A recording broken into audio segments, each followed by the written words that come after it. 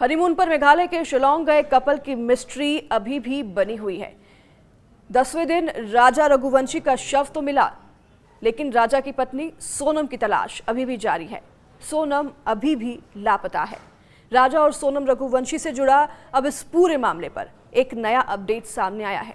दरअसल राजा और सोनम के एक्टिवा की आखिरी लोकेशन बरामद हुई है। बता दें कि सोनम ने अपनी सास से 12:37 पर बात की थी। इसके बाद 1:13 पर राजा ने अपनी मां से बात की। दरअसल एक्टिवा की जीपीएस लोकेशन के मुताबिक गाड़ी की स्पीड 2 बजे 0 हो गई थी, यानी कि बंद हो गई थी। लोकेशन के अनुसार देखा जाए तो सोनम और राजा के साथ घटना 2 बजे ही हुई थी, क्योंकि 2 बजे उनकी जो भाड़े पर ली हुई स्कूटी थी उसकी स्पीड 0 हो गई थी। और ये भी बताया जा रहा है कि घटना 2 बजे से लेकर 2:30 के बीच हुई थी। और यहाँ बदमाशों ने राजा की बेरहमी से हत्या कर और पत्नी सोनम को अगवा कर लिया है, ये भी संभावना जताई जा रही है, क्योंकि सोनम अभी तक बरामद नहीं हुई है। ना ही उनका कुछ पता है, ना ही उनका शव कहाँ ही मिला है, और सोनम कहाँ है ये अभी भी मिस्ट्री बनी हुई है। तो इस पर कई कयास लगाए जा रहे हैं।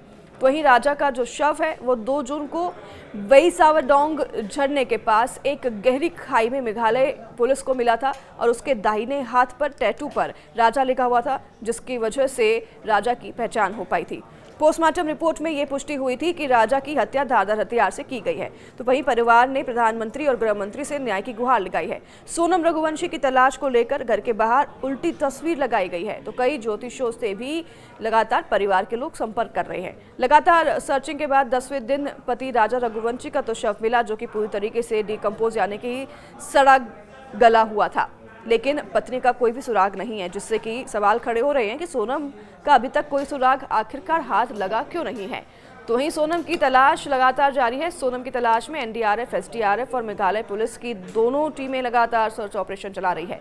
भारी बारिश और घने जंगलों की वजह से भी इस अभियान को काफ़ी मुश्किलें आ रही हैं, लेकिन सर्चिंग ऑपरेशन लगातार चलाया जा रहा है। इसी बीच परिवार वालों ने ये भी आरोप लगाए हैं, ये भी संभावना जताई है कि सोनम को अगवा करके बांग्लादेश ले जाया जा चुका है।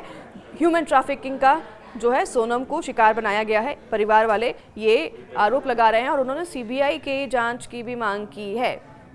ऐसे इस जो पूरा मामला है, इसमें स्कूटी का लास्ट लोकेशन सामने आने से कई बड़े खुलासे भी हो सकते हैं और काफ़ी मदद भी मिलेगी सर्चिंग ऑपरेशन जो है उसको करने के लिए।